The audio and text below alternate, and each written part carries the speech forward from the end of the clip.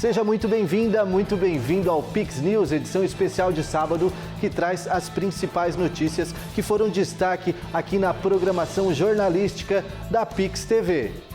Os Jogos Olímpicos tiveram a grandiosa abertura na tarde desta sexta-feira. Algumas competições, no entanto, já começaram na quarta-feira. E aproveitando esse espírito olímpico, hoje vamos compartilhar histórias inspiradoras de atletas e treinadores que estão rumo a Paris em busca da tão sonhada medalha olímpica. Estes atletas integram o programa do governo paranaense chamado Geração Olímpica e Paralímpica, que oferece incentivos financeiros para poderem se dedicar integralmente ao esporte.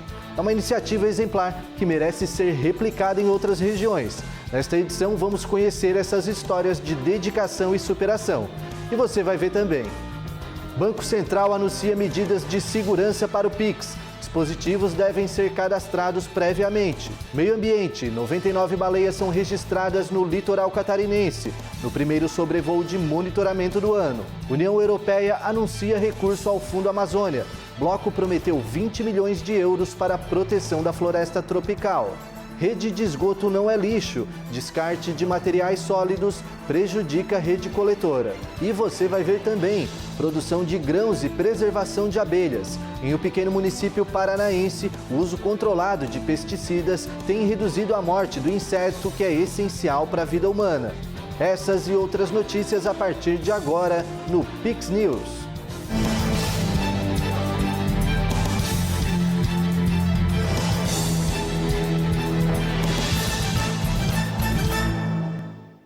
Obrigado mais uma vez pela companhia. Iniciamos essa edição falando do Pix.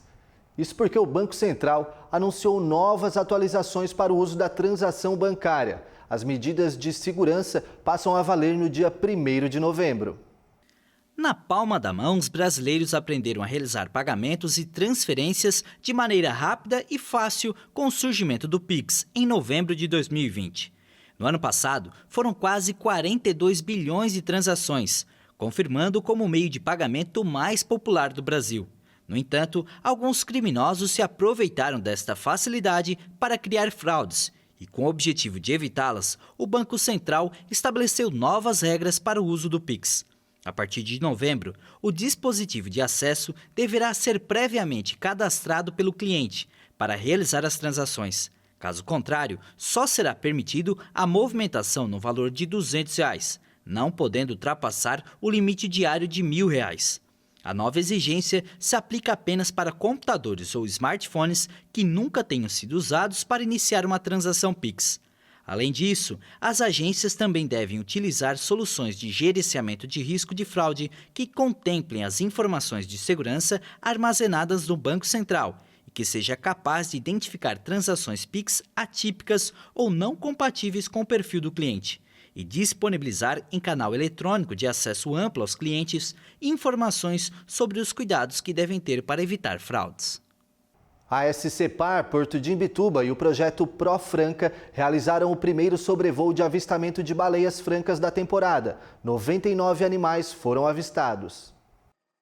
38 pares de fêmeas com filhotes, incluindo um semi-albino, e 23 animais adultos solitários foram observados no primeiro sobrevoo da temporada. O grande número de baleias adultas sem filhotes chamou a atenção da equipe de monitoramento, já que não havia sido registrado o fato nos últimos anos.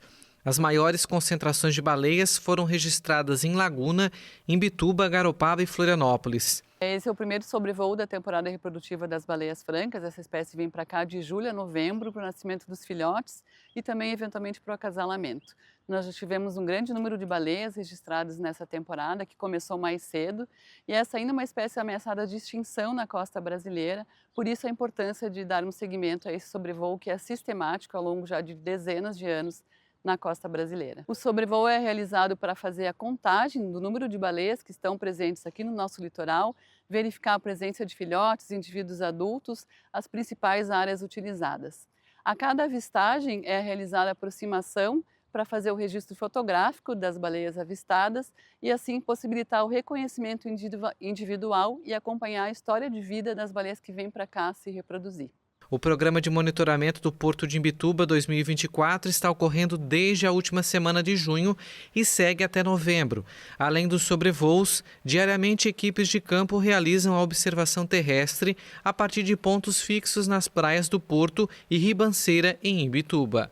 É uma importante ação do Porto de Imbituba, da SEPAR Porto de Imbituba, é um dos nossos maiores programas ambientais. O objetivo é identificar, catalogar a espécie, verificar seu posicionamento, e isso contribui muito para que a gente possa entender ainda mais a espécie e ajudá-la a preservá-la. Desde que as medições começaram em 1940, o último dia 22 de julho foi o mais quente já registrado no mundo, superando a marca histórica que tinha sido alcançada no dia anterior. A informação foi divulgada na última quarta-feira pelo Observatório Climático Europeu Copérnicus. Os primeiros dados do Copérnicus mostram uma temperatura média global de 17,15 graus na segunda-feira, 0,0 graus superior à de domingo, dia em que já havia sido batido o recorde diário da temperatura mais alta já registrada. O observatório, que usa dados de satélite para estimar as temperaturas do ar e do mar, quase em tempo real, disse que os seus números são provisórios e que os valores finais podem ter uma pequena diferença. O Serviço Europeu previu que neste verão seriam batidos recordes diários no hemisfério norte e que o planeta suportaria um período particularmente longo de altas temperaturas, devido à mudança climática. Depois de um ano sem precedentes em termos de calor em 2023, 2024 viu o junho mais quente já medido e foi o 13º mês consecutivo a quebrar um recorde de temperatura média em meses equivalentes. A mudança climática provoca eventos meteorológicos extremos mais longos, mais fortes e mais frequentes, como ondas de calor e inundações. Você sabia que a rede de coleta de esgotos brasileira foi projetada para receber 99% de material líquido e somente 1% de sólidos? Colocar qualquer material no vaso sanitário, como papel higiênico, por exemplo, pode resultar em problemas como o entupimento. Segundo o último censo demográfico, 62,5% da população do Brasil mora em domicílios conectados à rede de coleta de esgoto. Na região sul, o estado que apresenta a melhor porcentagem é o Paraná, com 73,5% do esgoto tratado. No entanto, muitas pessoas não sabem utilizar devidamente. Isso porque eles confundem lixo com esgoto e descartam materiais no vaso sanitário que são prejudiciais no tratamento dos efluentes. Pessoas jogam papel higiênico, fralda descartável, absorventes, entre outros sólidos, na rede de esgoto. Isso acaba se acumulando, ao longo da tubulação e causando obstruções. O acúmulo de lixo dentro das tubulações resulta no entupimento da rede coletora de esgoto, extravasamento com retorno de efluentes para residências e até a ruptura das tubulações. Por isso, é fundamental que nenhum material sólido seja descartado pelos ralos ou vasos sanitários. Infelizmente hoje, a rede coletora de esgoto ela tem uma má utilização, seja ela pela falta da caixa de gordura, que é de extrema importância, reter a gordura para que ela não chegue até a rede, utilização de material sólido, papel higiênico, entre outros, então isso contribui bastante para as obstruções. Só em Curitiba, a Sanepar recebe e trata diariamente 300 milhões de litros de esgoto doméstico. Somando a região metropolitana, são 464 milhões de litros por dia. Com mau uso, os agentes precisam realizar serviços de limpeza constantemente. É importante para evitar novas obstruções, extravasamentos em via pública, refluxo no interior dos imóveis. É um trabalho preventivo que a gente chama e que é muito importante para que funcione bom funcionamento das nossas redes. Por isso que a Sanepar tem executado um trabalho preventivo bastante intensivo nas tubulações, onde a gente faz a lavagem das tubulações, a manutenção, filmagem da tubulação para verificar eventuais avarias.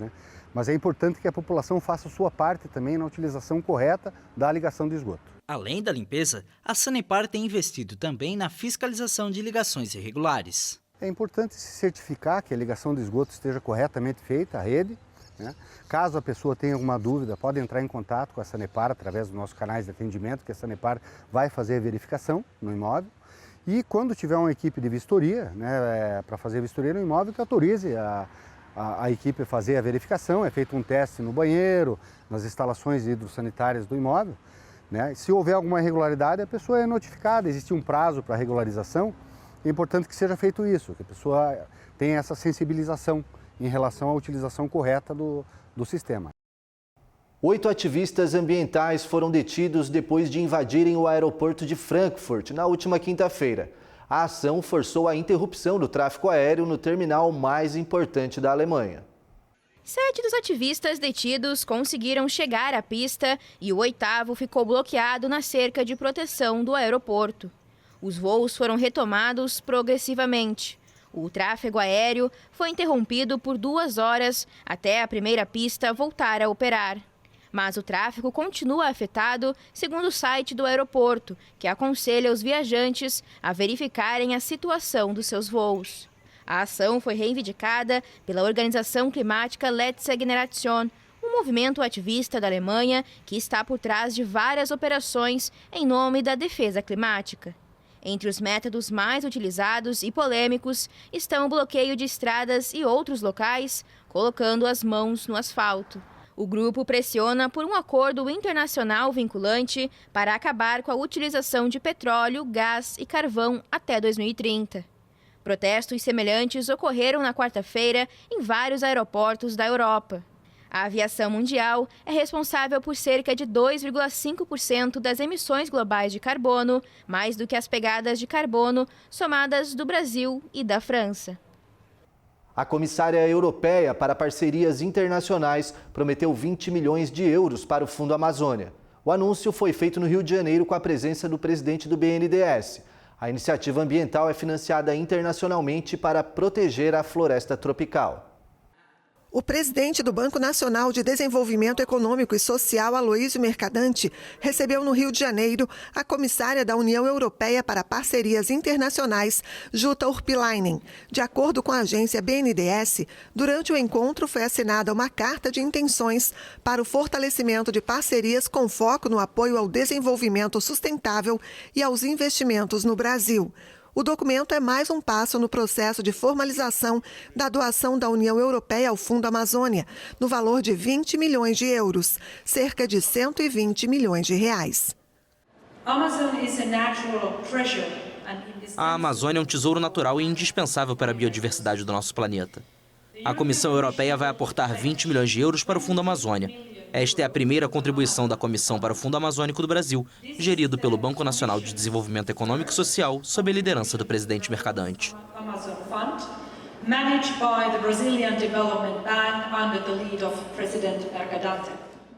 Nós já recebemos doações desde a origem do Fundo Amazônia de países europeus, mas agora é uma contribuição do conjunto dos 27 países que fazem a União Europeia. Tem um significado muito maior, uma instituição multilateral, que dá muito respaldo, credibilidade. Os Estados Unidos também doou, o Japão. Então o Fundo Amazônia se consolidou por ter uma gestão transparente, eficiente, responsável e por responder a uma das principais demandas, que é a dramática crise climática do planeta. O encontro aconteceu dentro do 4º Fórum Brasil-União Europeia, com o tema O Brasil e a União Europeia, políticas e economias nas transições verde e digital para um desenvolvimento justo e inclusivo.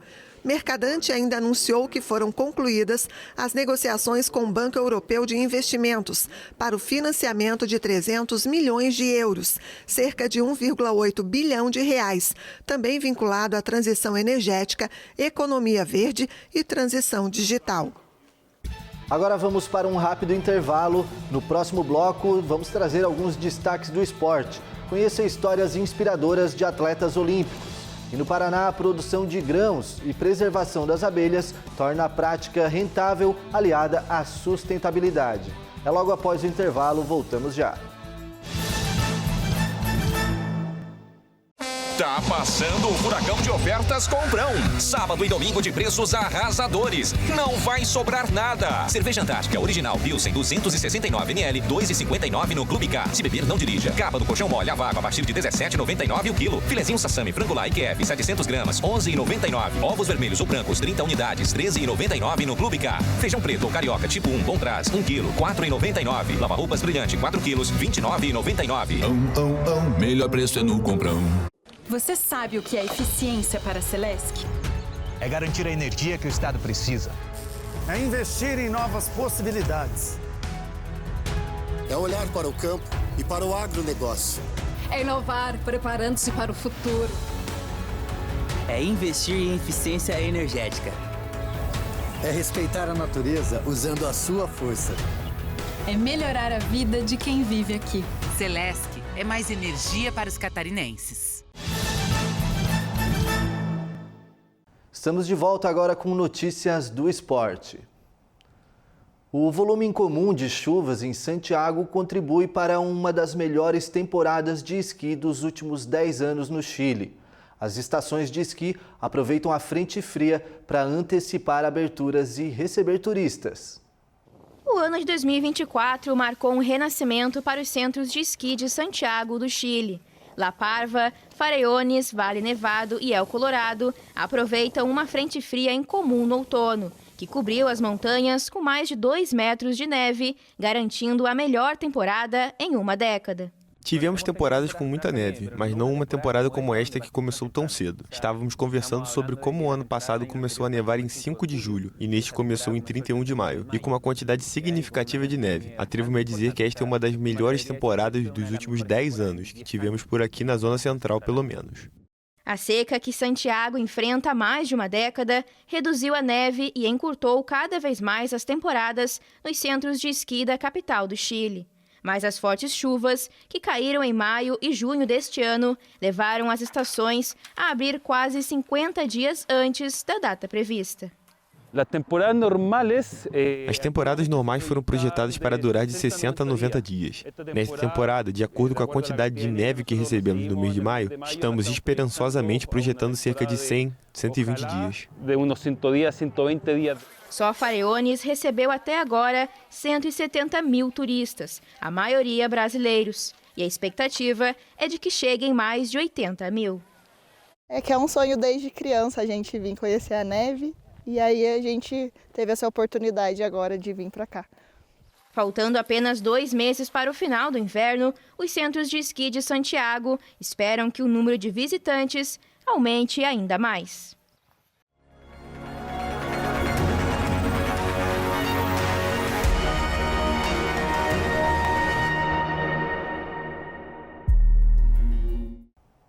Bárbara Domingos quer transformar a participação inédita na Olimpíada em legado. A ginasta paranaense, apoiada pelo programa Geração Olímpica e Paralímpica do governo do Paraná, superou lesões e frustrações para se classificar para os Jogos Olímpicos de Paris. Bárbara Domingos, ginasta de 24 anos, teve uma carreira marcada por altos e baixos nos últimos anos. No ciclo olímpico anterior, não conseguiu se classificar para as Olimpíadas de Tóquio, mas se tornou a primeira brasileira a alcançar uma final individual em um Mundial de Ginástica Rítmica. No entanto, uma lesão no quadril a afastou das competições por 6 meses. No final de 2021, eu tive que fazer uma cirurgia no quadril direito, onde eu tinha uma lesão já fazia um tempo, já desde 2015. Ela já vinha me incomodando, mas eu era muito nova para fazer também a cirurgia, então a gente nunca achava que estava no momento certo. E quando chegou no final de 2021, realmente acho que eu estava no ápice.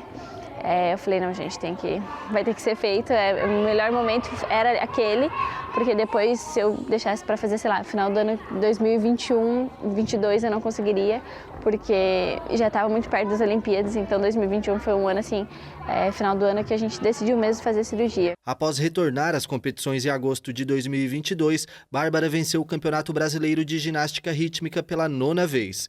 Em 2023, conquistou uma medalha de bronze na Copa do Mundo de Sofia e se classificou para as Olimpíadas de Paris no Mundial de Valência, ficando em 11º lugar.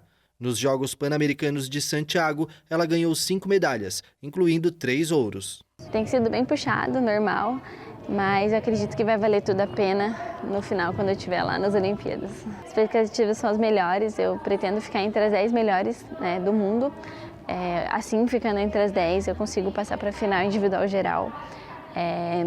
É difícil, mas não é impossível, né? Igual a gente tinha o objetivo de pegar a vaga no Mundial do ano passado e a gente sabia que era um pouco difícil, mas a gente provou que é difícil, mas não é impossível. Então, eu acredito que esse seja o mesmo. Estamos abrindo as portas para as outras que estão vindo, mas acho que a primeira de uma delas foi ela ser finalista no Mundial, no Japão. Acho que nunca um atleta do Brasil tinha sido finalista, e bem no ano que diminuíram a quantidade de finalistas, que eram 24, foi para 18, e ela conseguiu ir para a final. Então esse foi o grande, nossa, um atleta do Brasil está indo para a final no Mundial. Bárbara continuou a obter bons resultados em 2023 e 2024, conquistando o ouro no Pan-Americano de Ginástica Rítmica na Guatemala e um bronze na Copa do Mundo da Romênia. Ela e a treinadora Márcia Naves, também bolsista do programa Geração Olímpica e Paralímpica, esperam deixar um legado significativo para a ginástica brasileira nos Jogos de Paris 2024. Eu faço parte do programa Geração desde os meus 12 anos. Então, estou aí desde o início, praticamente, do Geração. Tem me ajudado muito no início da minha carreira mesmo. Não tinha tantas condições assim. A ginástica rítmica é um esporte muito caro, infelizmente.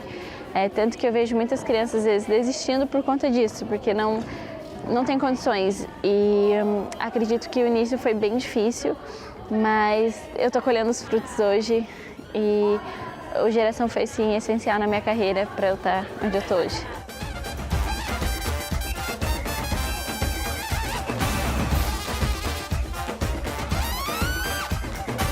E o foco total é nas Olimpíadas. Ela está treinando todos os dias, segunda a sábado, treina 2 períodos, folga um período na semana, o sábado à tarde e o domingo.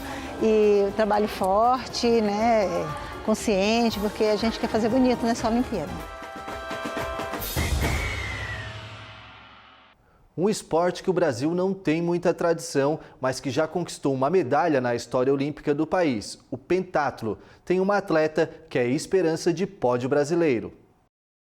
Tiro, esgrima, natação, hipismo e corrida são as disputas de um pentatleta. 5 competições que exigem muita dedicação dos atletas até chegar às Olimpíadas. Inserido pelos gregos nos Jogos da Antiguidade, o esporte tinha papel de destaque na disputa, já que o vencedor do pentatlo era considerado o grande campeão. O Brasil é o detentor da única medalha olímpica de pentatlo moderno na América Latina, resultado alcançado pela brasileira Iane Márcia, que faturou a medalha de bronze nos Jogos Olímpicos de Londres em 2012. O feito histórico serviu de inspiração para novas atletas. No finalzinho do meu primeiro ano da faculdade, eu tive contato com a Iane Marques, nossa medalhista olímpica, que veio para Curitiba para fazer seu centro de treinamento para o Rio 2016, a Olimpíada que foi aqui em casa, né? E aí realmente foi onde eu voltei ao esporte, eu tive contato com ela, ela me chamou, poxa, vem treinar, vem fazer aqui um pouco, vem me ver. Então eu realmente fui lá, tive contato com ela e as outras meninas que treinavam com ela na época, que era a Priscila Oliveira e a Larissa Leres. As 3 me abraçaram de uma forma muito encantadora naquele momento. E aí, a partir daquele momento, eu não parei mais e segui ali no pentatlo, dei uma abandonada na engenharia e falei, não, agora eu quero ir para a Olimpíada, talvez traçar esse mesmo caminho que a Iane traçou. Isabela foi campeã sul-americana, pan-americana e por 5 vezes venceu o título brasileiro de pentatlo feminino.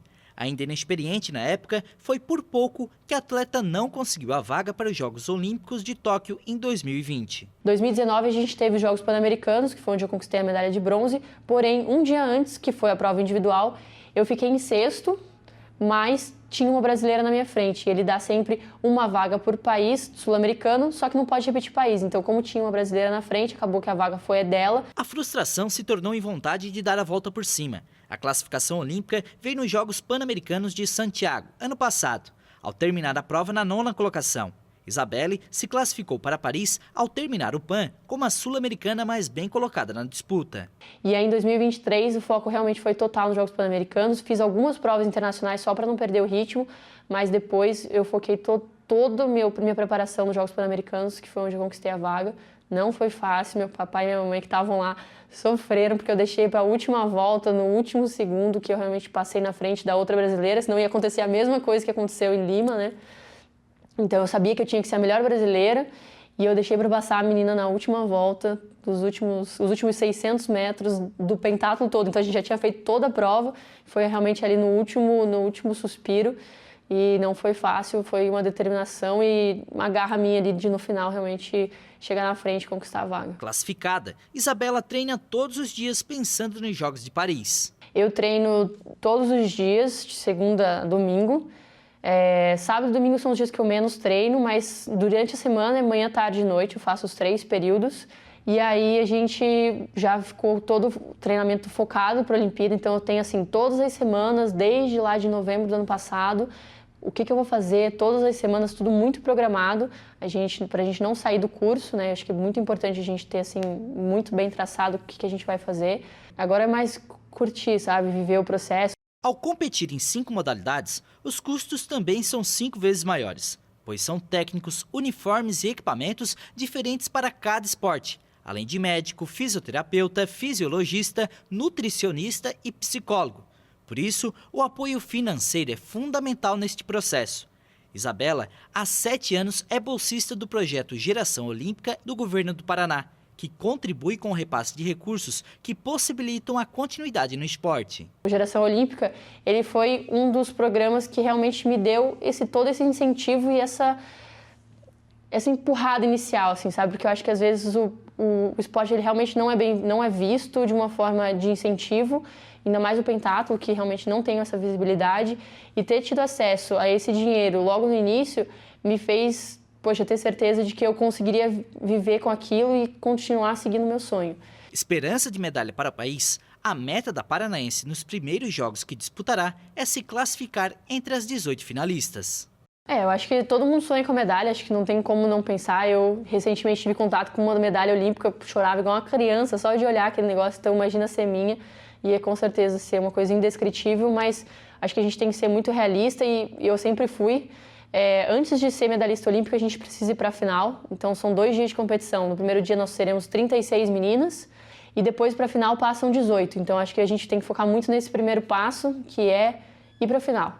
Estando na final, acho que todo mundo tem chance, são 18 meninas que vão estar brigando pelas 3 medalhas e pode ter certeza que qualquer uma que eu conquistar vai ser incrível. E agora vamos falar do técnico, Adailton Gonçalves, também do programa Geração Olímpica e Paralímpica. Ele prepara 10 atletas brasileiros para conquistar medalhas no boxe nas Olimpíadas de Paris, continuando uma tradição iniciada em Londres no ano de 2012.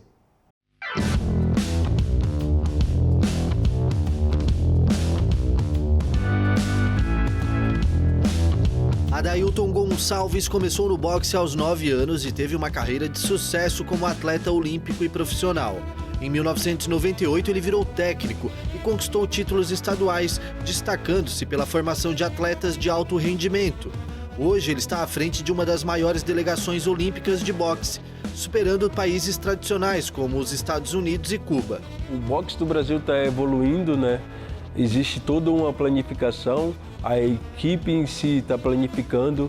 A gente tem um head coach também e ele faz questão de levar equipe de todos os estados para trabalhar com a equipe principal, isso dá nível, né?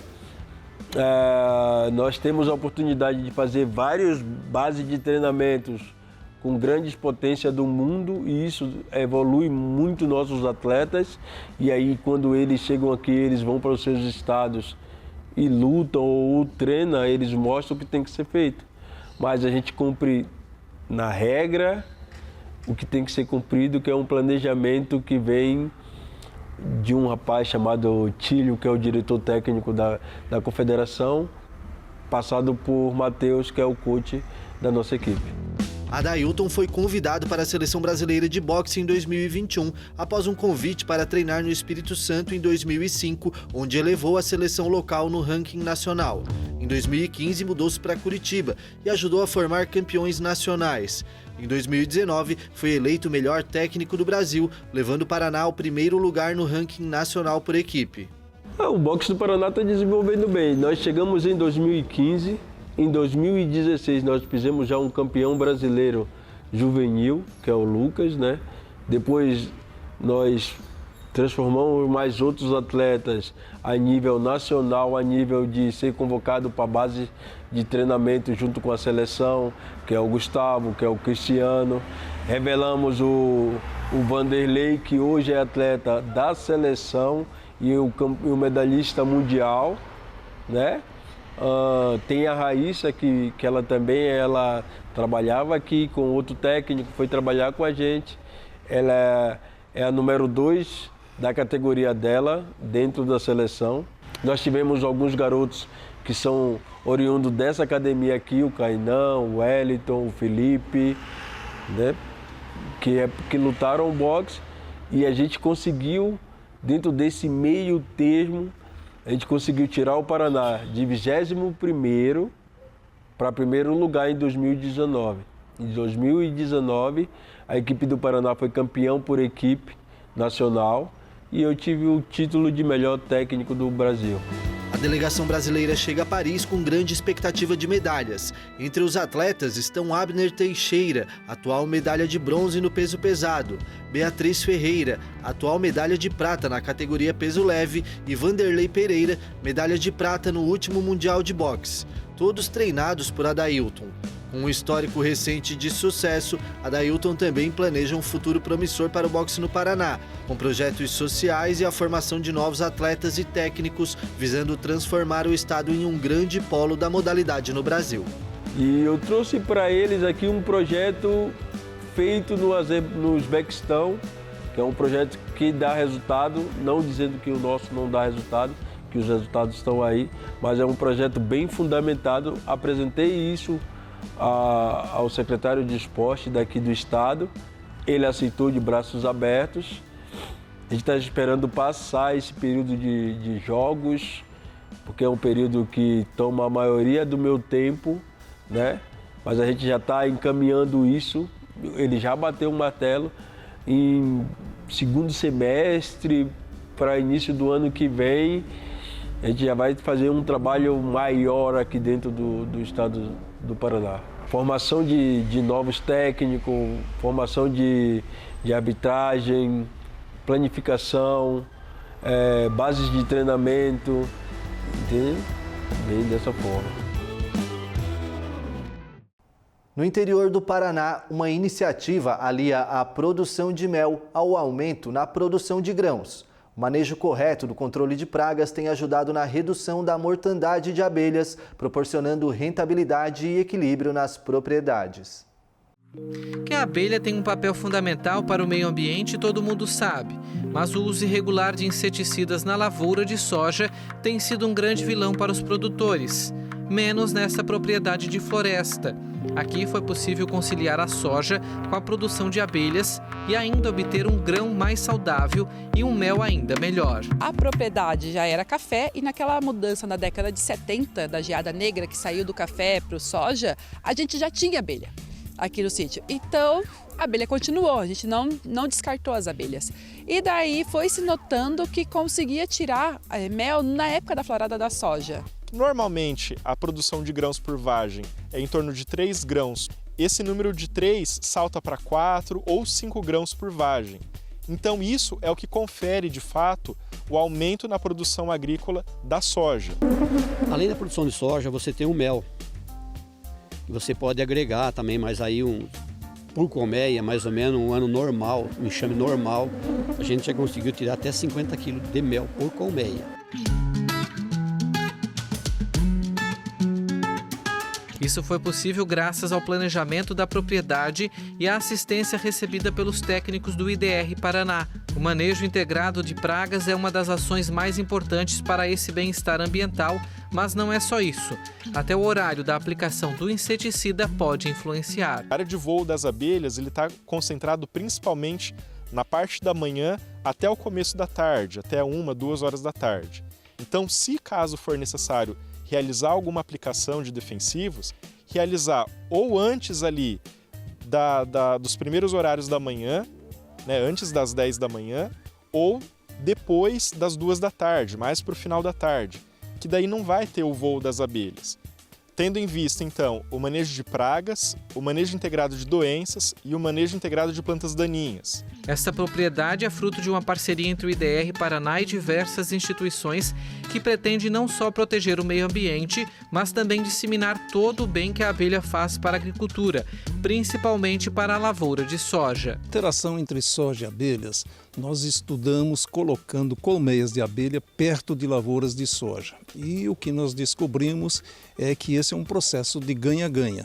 Ganha o produtor de soja por aumento de produtividade, ganha o apicultor por aumento na produção de mel e ganha a natureza porque há uma grande proteção da biodiversidade. As abelhas são insetos vitais para a boa qualidade, o bom equilíbrio ambiental e para a sociedade humana, por que não dizendo? Porque elas ajudam no processo de polinização, que é essencial para manter o vigor, para manter a qualidade dos vegetais, das florestas e das próprias lavouras. Por isso que ela é tão importante. Pensando em prevenir a mortandade das abelhas, o Ministério Público do Paraná criou um aplicativo em parceria com a Universidade Estadual de Maringá que facilita a denúncia pelos produtores. Se estende a todo o estado do Paraná e possibilita que haja o registro, não só também principalmente da abelha, mas do bicho da seda e dos impactos que são decorrentes de efeito deriva na produção de alimentos orgânicos. Então, a produção de alimentos orgânicos, o bicho da seda e as abelhas, em razão desse aplicativo, então, primeiro, a prevenção é um instrumento de fiscalização efetiva para que o produtor, de imediato, acionando o aplicativo, possa haver a fiscalização e a responsabilização civil e criminal dos infratores. A fiscalização é realizada pela Agência de Defesa Agropecuária do Paraná, a ADAPAR, que é mais uma instituição parceira em defesa das abelhas. Muitas dessas denúncias que nós atendíamos, a gente não conseguia encontrar o agente causador do problema, ou enfim. E hoje a gente vem mudando um pouco esse papel e tentando trabalhar mais na solução do problema e não ser tão reativo, mas ser mais preventivo, né? Fazendo a prevenção. E com base nisso a gente desenvolveu uma operação que a gente chama de Operação AgroMais, que ela foca muito na tecnologia de aplicação de agrotóxicos. A gente acha que um dos principais problemas que causa toda a má fama do agrotóxico está na questão da tecnologia de aplicação, né? Se a gente identificar que houve uma falha na recomendação, né, então do agrônomo ou do técnico agrícola, e se houve uma falha ou do aplicador também, ou se houve uma recomendação correta e a falha foi só do agricultor, daí a gente vai responsabilizar os envolvidos. Essa parceria traz benefícios não só para o agricultor, mas para o meio ambiente, aliando lucratividade e sustentabilidade na agricultura.